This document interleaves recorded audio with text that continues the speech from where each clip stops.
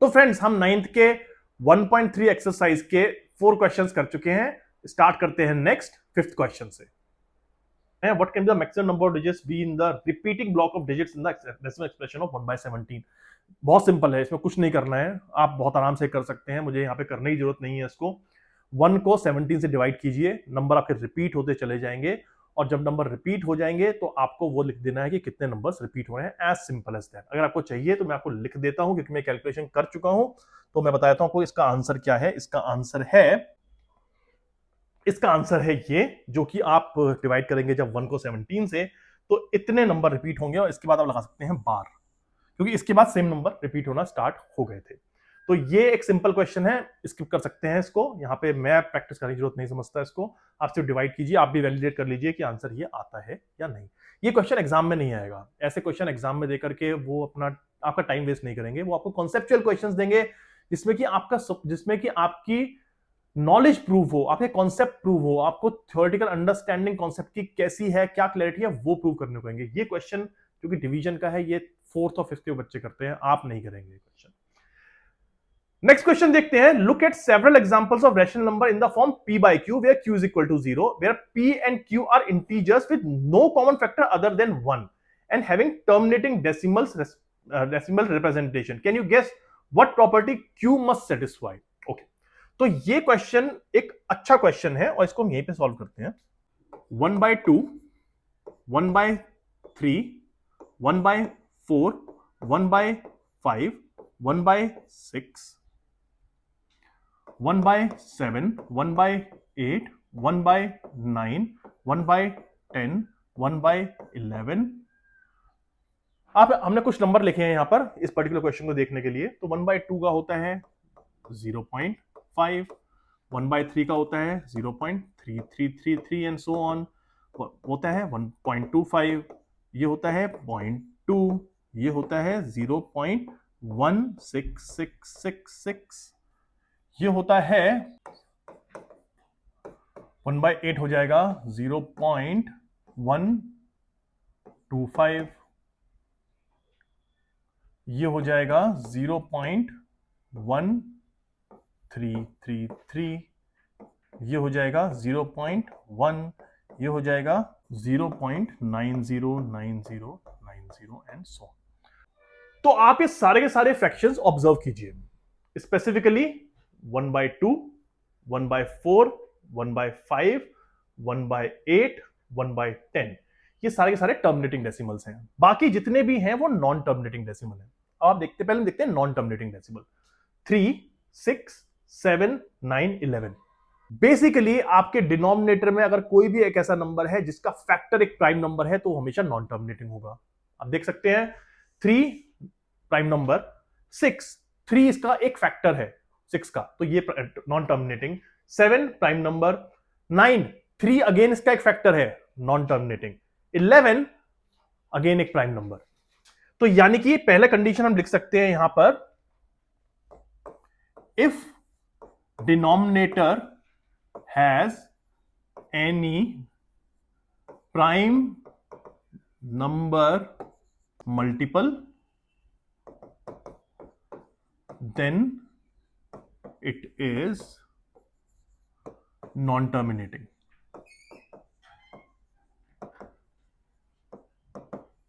Okay, next देखिए 1/2, 1/4, 1/5, 1/8 and 1/10, ये सब के सब टर्मिनेटिंग है।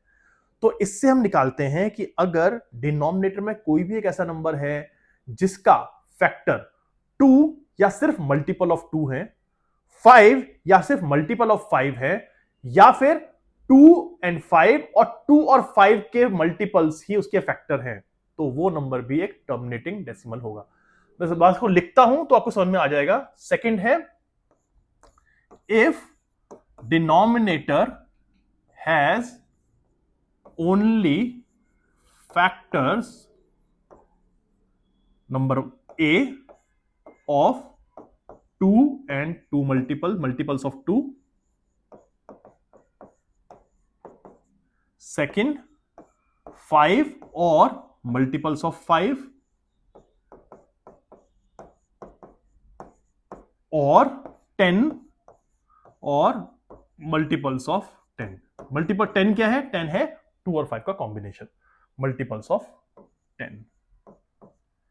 तो यानी कि अगर आपके पास कोई भी, तो ये क्या होगा? ये होगा टर्मिनेटिंग, और इस केस में क्या होगा? Non terminating. तो मैं एक बार दोबारा से रिपीट कर देता हूं, जिससे कि आपके मन में अगर कोई भी कंफ्यूजन है तो वो कंफ्यूजन खत्म हो जाए।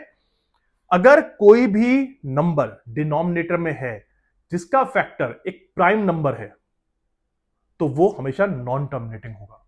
ये आपको पहले ध्यान रखना है। अगर उसका factor 3, 5, okay, by the way इस पर्टिकुलर प्राइम में ऑड प्राइम नंबर लिखना है आपको यहां पर, as a any odd prime number, not even. तो अगर कोई भी नंबर डिनोमिनेटर में है जिसका फैक्टर एक ऑड प्राइम नंबर है, तो वो हमेशा नॉन टर्मिनेटिंग होगा। और अगर डिनोमिनेटर में कोई भी ऐसा नंबर है जिसका फैक्टर 2 या मल्टीपल ऑफ 2 है, कंडीशन नंबर 1, 5 या मल्टीपल ऑफ 5 है, कंडीशन नंबर 2, और 10 या मल्टीपल ऑफ 10 है, तो वो नंबर हमेशा टर्मिनेटिंग होगा। आपको समझ में आ गया होगा? ये कंडीशन पहले आपको देखनी है, चेक करनी है, उसके बाद ये कंडीशन आपको चेक करनी है। इसका ऐसे ही बता देता हूं। अगर हम लेते हैं 1/12 का एग्जांपल, 1/12 होता है 0.833333। आपको पहले कंडीशन देखनी है फर्स्ट वाली। अगर फर्स्ट वाली कंडीशन फुलफिल हो जाती है तो वो नॉन टर्मिनेटिंग प्रूव हो गया। अगर फर्स्ट वाली कंडीशन प्रूव नहीं होती है तो आपको सेकंड कंडीशन पे जाना है। तो हम यहां देखते हैं 12, क्योंकि 12 जो है उसका एक फैक्टर है 3, इसलिए ये with first condition already prove हो गया कि नॉन टर्मिनेटिंग है। लेकिन अगर हम लेते हैं 1/100, 100 में हम फर्स्ट कंडीशन देखेंगे, क्योंकि फर्स्ट कंडीशन फुलफिल नहीं हो रही है, इसलिए हम जाएंगे सेकंड कंडीशन पे। हम देखेंगे कि 100 जो है वो 10 का एक फैक्टर है, क्योंकि ये थर्ड कंडीशन है, तो इसलिए ये टर्मिनेटिंग डेसिमल होगा।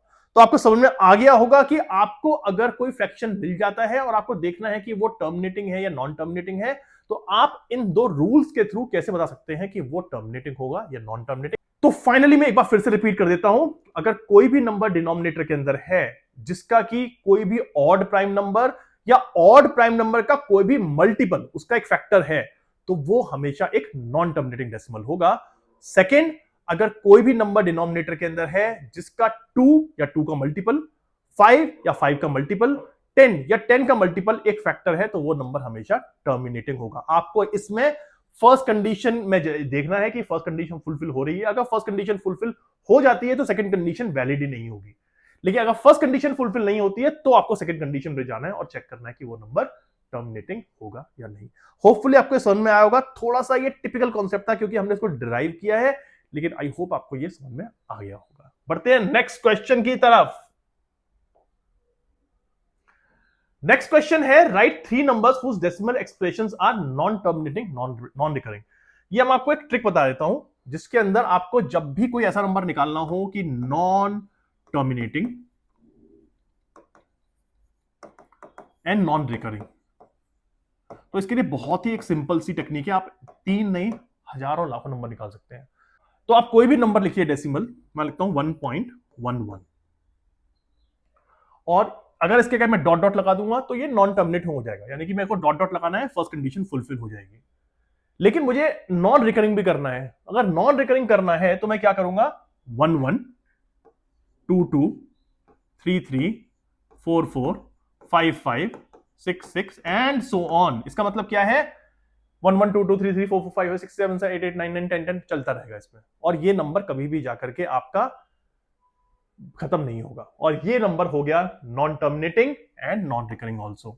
इसी तरह से एक और नंबर निकालना है, मान लीजिए 0.10 का, उसके आया 100, 100, 1 4 times 0 and 1 5 times 0 and so on. ये भी हो गया और सो ऑन। तो ये भी हो गया आपका non terminating and non recurring. या फिर 0.121221222 इस तरह से आप कोई भी नंबर निकाल सकते हैं जो कि नॉन रिकरिंग और नॉन टर्मिनेटिंग हो। समझ में आ गया होगा आपको कि इस तरह किस तरह से निकालना है। बहुत ही सिंपल और इजी था। नेक्स्ट देखते हैं जो कि है 8th question, find 3 different rational numbers between, sorry 8th question है find 3 different irrational numbers between rational number 5/7 and 9/11। तो 5/7 और 9/11 के बीच में हमको इररेशनल नंबर्स निकालने हैं, 5/7 एंड 9/11। अगर मैं पहले मुझे अगर इनके बीच में कुछ इररेशनल नंबर्स निकालने हैं तो इनको मुझे फ्रैक्शंस को डेसिमल में कन्वर्ट करना होगा। तो 5/7 हो जाएगा 7142857 और 9/11 हो जाएगा 0.818181 एंड सो ऑन। तो मुझे दिख रहा है कि ये एक नंबर है 0.7 के अप्रोक्सीमेट, ये है 0.8 के अप्रोक्सीमेट, और मुझे निकालने हैं इनके बीच में कुछ इररेशनल नंबर्स। 3 निकालने हैं, मैं आपको n नंबर मिलियंस का दिखा सकता हूं। तो क्या करना है, मुझे 0.71 और 81 के बीच में नंबर निकालने हैं। तो मैं लिखता हूं 0.72272272 4 times 2 and so on. Okay, 0.73733733 4 times 3 and so on. और इस तरह से आप जितने नंबर चाहे निकाल सकते हैं 0.71 और 0.81 के बीच में। और ऑब्वियसली ये नॉन रिकरिंग नॉन टर्मिनेटिंग है दोनों के दोनों नंबर, तो ये इररेशनल नंबर्स होंगे ही होंगे। तो ये था आपका नेक्स्ट क्वेश्चन। और लास्ट क्वेश्चन की तरफ बढ़ते हैं हम एक्सरसाइज 1.2 में, जिसमें कि बहुत ही सिंपल और इजी वे में उसे दिखाया हुआ है। Classify the following numbers as. तो फर्स्ट क्वेश्चन है √23। √23 रैशनल है इररेशनल? क्योंकि ये अंडर रूट के अंदर है, परफेक्ट स्क्वायर भी नहीं है, तो ऑब्वियसली ये इररेशनल नंबर है। √225, √225 क्या एक परफेक्ट स्क्वायर है? जी हां, √225 है 15 का, ये है 15 का परफेक्ट स्क्वायर, यानी कि ये नंबर एक रैशनल नंबर है। ये हो गया इररेशनल, ये हो गया रैशनल। 0.3796, इसके आगे कोई डॉट नहीं लगा है, कोई बार नहीं लगा है, इसका मतलब हम ये टर्मिनेटिंग है, इसलिए ये हो गया एक रैशनल नंबर। 0.478478, ये नंबर जो है इसमें डॉट डॉट डॉट दे रखे हैं, लेकिन आप देखिए 478 रिपीट हो रहा है, तो ये नंबर हो जाता है 7.478 बार। इसका मतलब ये नंबर नॉन टर्मिनेटिंग पर रिकरिंग है, और नॉन टर्मिनेटिंग और रिकरिंग नंबर होना मतलब रैशनल। और लास्ट नंबर है 1.101 100 1000 1 4 times 0 एंड सो ऑन, क्योंकि ये नंबर जो है नॉन टर्मिनेटिंग है और ये नॉन रिकरिंग भी है, तो इसलिए ये नंबर हो गया इररेशनल। तो इसी के साथ आपकी एक्सरसाइज 1.3 1.2 हमने पहले वाले वीडियो में की थी, 1.3 भी खत्म होती है, और आपके सारे के सारे क्वेश्चंस 1.2 1.3 के खत्म हो चुके हैं। अब इसके बाद हम करेंगे 1.4 और 1.5, जो कि हम करेंगे नेक्स्ट क्लास में कंप्लीट, और उसके बाद हम पढ़ेंगे पॉलिनोमियल्स। पॉलिनोमियल्स में एक इंपॉर्टेंट चीज ये है कि मुझे बहुत से ऐसे बच्चे हैं जो कि मेरे से पढ़ रहे हैं इस वक्त 10th क्लास के लिए, और उनको बहुत से बेसिक कॉन्सेप्ट क्लियर नहीं है। तो इन बच्चों को बेसिक कॉन्सेप्ट क्लैरिटी के लिए मैंने एक बहुत ही बेसिक, बहुत ही फंडामेंटल हाफ एन आवर का एक सेशन लिया, जिसमें कि उनको सारे के सारे कॉन्सेप्ट बताए पॉलिनोमियल्स और अलजेब्रा से रिलेटेड, जो कि आइडियली बच्चे 6-7 क्लास से पढ़ चुके होते हैं, लेकिन शायद उनको ठीक से वो चीजें समझ में नहीं आई होंगी उस टाइम पे, या उन्होंने फोकस नहीं किया होगा, इसलिए हो सकता है कि उनको चीजों का ठीक से आइडिया नहीं है। तो ये पर्टिकुलर सेशन में लूंगा नेक्स्ट वीडियो में, जिससे कि आपको बेसिक अंडरस्टैंडिंग हो जाए कि अलजेब्रिक एक्सप्रेशंस, पॉलिनोमियल्स क्या होते हैं। अगर आपको पता है, ऑलरेडी आता है, तो आप वो चैप्टर स्किप कर सकते हैं, पर बहुत से बच्चे ऐसे हैं जिनको वो चीजें नहीं पता है, उनके लिए वो बहुत बहुत बहुत हेल्पफुल होंगे। So till we meet next with 1.4 and 1.5 of chapter 1, have a good day, take care of yourself.